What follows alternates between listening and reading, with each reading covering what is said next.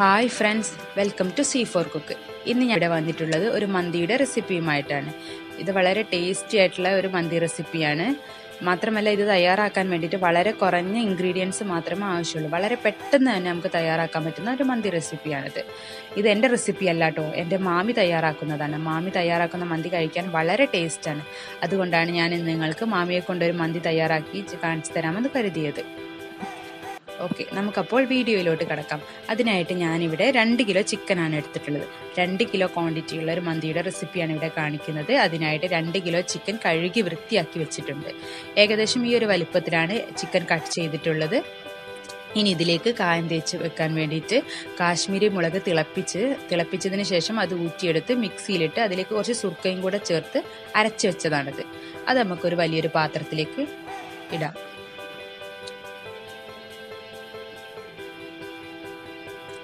ഇനി ഓരോ ചിക്കനും നമുക്ക് ആ കായത്തിലിട്ട്, കാശ്മീരി മുളകിന്റെ കായത്തിലിട്ട് നന്നായിട്ടൊന്ന് തേച്ച് പുരട്ടി വെക്കാം.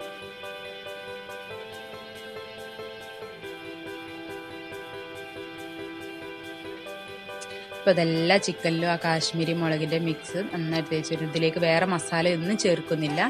ഇനി ഇതിലേക്ക് ആവശ്യത്തിനുള്ള ഉപ്പും കൂടെ ചേർത്ത് നന്നായിട്ടൊന്ന് മിക്സ് ചെയ്തെടുക്കാം. വേറൊരു മസാലയും ഇതിലേക്ക് ചേർക്കുന്നില്ല. പക്ഷെ ഇത് നല്ല ടേസ്റ്റാണ്. ഈ ഒരു മസാലയിൽ തന്നെ ഈ ചിക്കൻ വേവിച്ചെടുത്തിട്ട് നല്ല ടേസ്റ്റാണ് ഇത് കഴിക്കാനായിട്ട്. ഇനി ഉപ്പും കൂടെ എല്ലാ ചിക്കനിലേക്ക് എത്തുന്ന രീതിയിൽ നന്നായിട്ടൊന്ന് കായം തേക്കാം. ഇപ്പം എല്ലാ ചിക്കനും കായം തേച്ച് വെച്ചിട്ടുണ്ട്. ഇനി ഇത് നമുക്കൊരു ഫ്രിഡ്ജിലേക്ക് 3 മണിക്കൂർ റെസ്റ്റ് ചെയ്യാൻ വെക്കാം. ഇപ്പം ഞാൻ ചിക്കൻ ഫ്രിഡ്ജിൽ വെച്ചിട്ട് 2 മണിക്കൂർ കഴിഞ്ഞു. അപ്പോൾ ബസ്മതി റൈസാണ് ഞാൻ ഇവിടെ എടുത്തിട്ടുള്ളത്. ഒരു ചുവപ്പ് കളറുള്ള ഒരു ബസ്മതി റൈസാണ് ഇത്. 1 മണിക്കൂർ വെള്ളത്തിലിട്ട് കുതിർത്ത് വെക്കാം.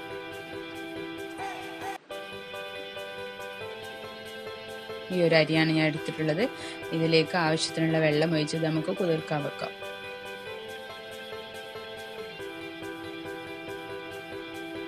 ബസ്മതി റൈസ് കുതിർത്ത് വെച്ചിട്ട് 1 മണിക്കൂർ കഴിഞ്ഞു. ഇനി നമുക്ക് അത് തിളപ്പിച്ചൂറ്റാനുള്ള വെള്ളം വെച്ച് അത് തിളച്ച് വന്നിട്ടുണ്ട്.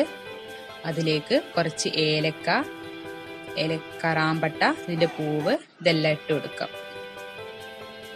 ഇനി ഇതിലേക്ക് നമുക്ക് ആവശ്യത്തിനുള്ള ഉപ്പും കൂടെ ചേർത്ത് കൊടുക്കാം.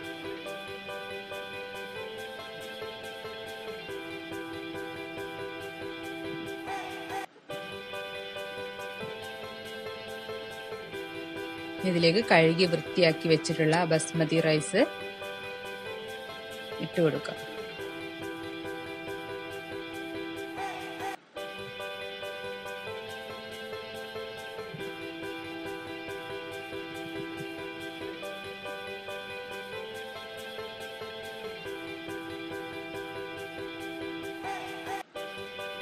ബസ്മതി റൈസ് വെന്ത് വരുന്ന സമയം കൊണ്ട് നമുക്ക് നമ്മുടെ ചിക്കൻ ഒന്ന് റെഡിയാക്കി എടുക്കാം. അതിനുവേണ്ടി അടി നല്ല കനമുള്ള നല്ലൊരു പാത്രം വെച്ചിട്ടുണ്ട്. അതിലേക്ക് 250 മില്ലി സൺഫ്ലവർ ഓയിലാണ് ഒഴിക്കുന്നത്. 2 കിലോയിലേക്ക് 250 മില്ലി സൺഫ്ലവർ ഓയിലിന്റെ ആവശ്യമേ ഉള്ളൂ. അത്രയും സൺഫ്ലവർ ഓയിൽ ഞാൻ ഇവിടെ ചേർത്ത് കൊടുക്കുന്നുണ്ട്.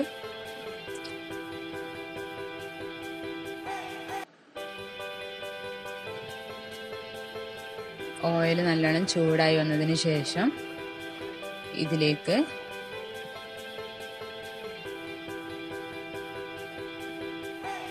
കറാമ്പട്ടയും ഏലക്കയും കറാമ്പട്ടയുടെ പൂവും എല്ലാം ചേർത്ത് കൊടുക്കണം.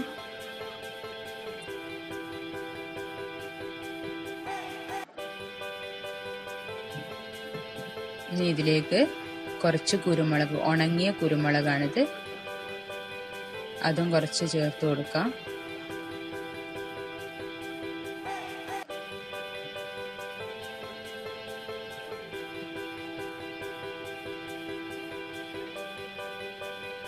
ഇനി ഇതിലേക്ക് നമ്മൾ റെസ്റ്റ് ചെയ്യാൻ വെച്ച ചിക്കൻ ഓരോ പീസും ഇട്ട് കൊടുക്കാം.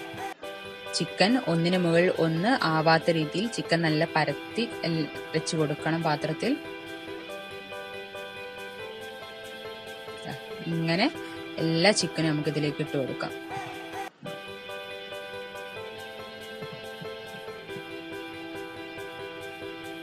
കുറച്ച് സമയം കഴിഞ്ഞിട്ട് നമുക്ക് ചിക്കൻ ഒന്ന് മറിച്ചിട്ട് കൊടുക്കാം. ഇതുപോലെ ചിക്കൻ ഒന്ന് നന്നായിട്ടൊന്ന് ഇളക്കി കൊടുക്കാം.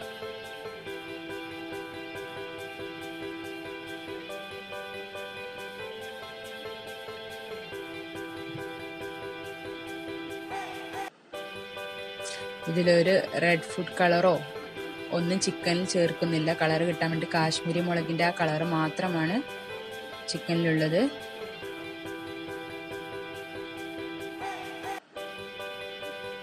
ഇനി ഇതിലേക്ക് 2 കട്ട മാഗി ക്യൂബും പൊടിച്ചെടുത്ത് ചേർത്ത് കൊടുക്കാം. കൈ കൊണ്ട് ചെറുതായിട്ട് മുറിച്ച് ഇതിലേക്ക് ഇട്ട് കൊടുക്കാം.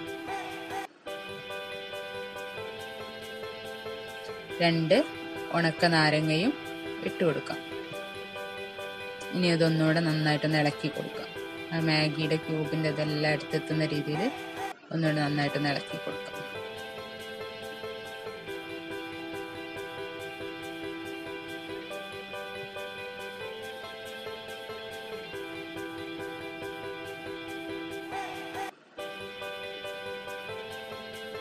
ഇനി ഇത് നമുക്കൊന്ന് അടച്ചു വെച്ച് ചിക്കൻ വേവുന്നത് വരെ അടച്ചു വെക്കാം. ഇപ്പം നമ്മുടെ ചോറ് ഇവിടെ റെഡി ആയിട്ടുണ്ട്. ചോറ് 90% കുക്കാവണം. ബാക്കി 10% നമുക്ക് ദമ്മിൽ കിടന്ന് കുക്കായിക്കോളും. ഇനി നമുക്കത് ഊറ്റി ഒരു കൊട്ടയിലേക്ക് വെള്ളം വാരാൻ വെക്കാം.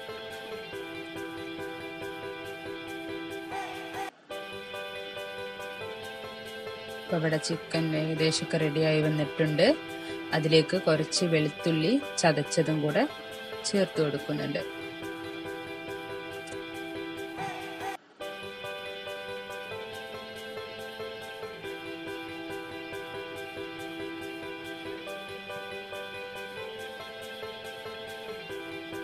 ഇതിൻ്റെ മുകളിലേക്ക് നമുക്ക് ഊറ്റി വെച്ച റൈസ് ഇട്ട് കൊടുക്കാം.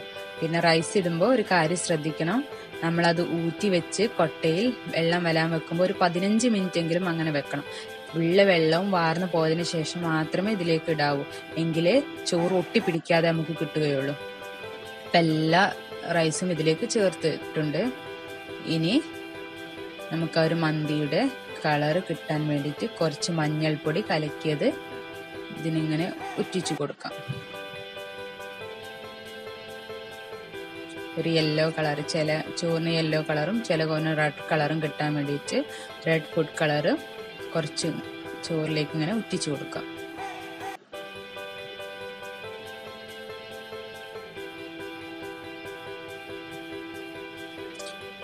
ഇനി ഇവിടെ ചെയ്യുന്നത് കുറച്ച് ചിരട്ട കണലാക്കി വെച്ചിട്ടുണ്ട്.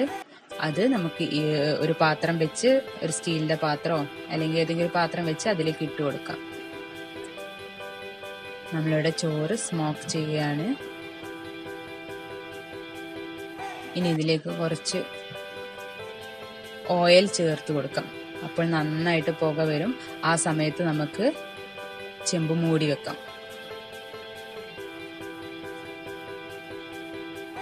ഇനി ഒരു വെയിറ്റ് അതിന് മുകളിൽ വെച്ച് കൊടുക്കാം. ഇനി ഏകദേശം 1 മണിക്കൂർ കഴിഞ്ഞ് നമുക്കിത് സെർവ് ചെയ്യാം.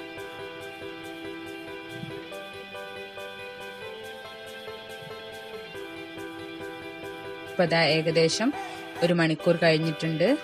മന്തി ഇവിടെ സൂപ്പറായിട്ട് റെഡി ആയിട്ട് വന്നിട്ടുണ്ട്. നമുക്കതൊന്ന് സെർവ് ചെയ്യാം. ഇതാ ചോറൊന്നും ഒട്ടും ഒട്ടിപ്പിടിച്ചിട്ടില്ല. നല്ല സൂപ്പറായിട്ട് വന്നിട്ടുണ്ട്. എല്ലാവരും ഇതൊന്ന് ട്രൈ ചെയ്ത് നോക്കണം. വളരെ എളുപ്പത്തിൽ തയ്യാറാക്കാവുന്നതാണ്. വളരെ ടേസ്റ്റുമാണ് കഴിക്കാൻ. ഒരുപാട് ഇൻഗ്രീഡിയൻസ് ഒന്നും ആവശ്യമില്ല. ഇത് നമ്മൾ ചോറ് ഒരു പാത്രത്തിലേക്ക് മാറ്റിയിട്ട് മറ്റൊരു പാത്രത്തിലേക്ക്, എല്ലാ ചോറ് മാറ്റിയതിന് ശേഷം മറ്റൊരു പാത്രത്തിലേക്ക് ചിക്കൻ മാറ്റിയിട്ട് ആ ഓയിലിലേക്ക് ചോറ് ഒന്നും കൂടെ ഇട്ടൊന്ന് മിക്സ് ചെയ്തെടുക്കണം. എന്നിട്ട് വേണം നമുക്കിതൊന്ന് സെർവ് ചെയ്യാൻ. ആ വീഡിയോ എൻ്റെ കയ്യിൽ നിന്ന് മിസ്സായിട്ടുണ്ട്. അതുകൊണ്ടാണ് ഞാനിപ്പോൾ അങ്ങനെ പറയുന്നത്. ഇതപ്പോൾ എല്ലാ മന്തിയും റെഡി ആയിട്ടുണ്ട്. ചിക്കനൊക്കെ നന്നായിട്ട് വെന്ത് നല്ല സൂപ്പറായി വന്നിട്ടുണ്ട്. എല്ലാവരും ട്രൈ ചെയ്ത് നോക്കണം. നല്ല ടേസ്റ്റാണ് കഴിക്കാൻ. എല്ലാവരും ട്രൈ ചെയ്ത് നോക്കിയിട്ട് കമൻ്റ് അറിയിക്കണം. വീഡിയോ ഇഷ്ടമായെങ്കിൽ ലൈക്ക് ചെയ്യണം, ഷെയർ ചെയ്യണം, സബ്സ്ക്രൈബ് ചെയ്യണേ. ആദ്യമായിട്ട് കാണുന്നവരാണെങ്കിൽ സബ്സ്ക്രൈബ് ചെയ്യാൻ മറക്കരുതേ.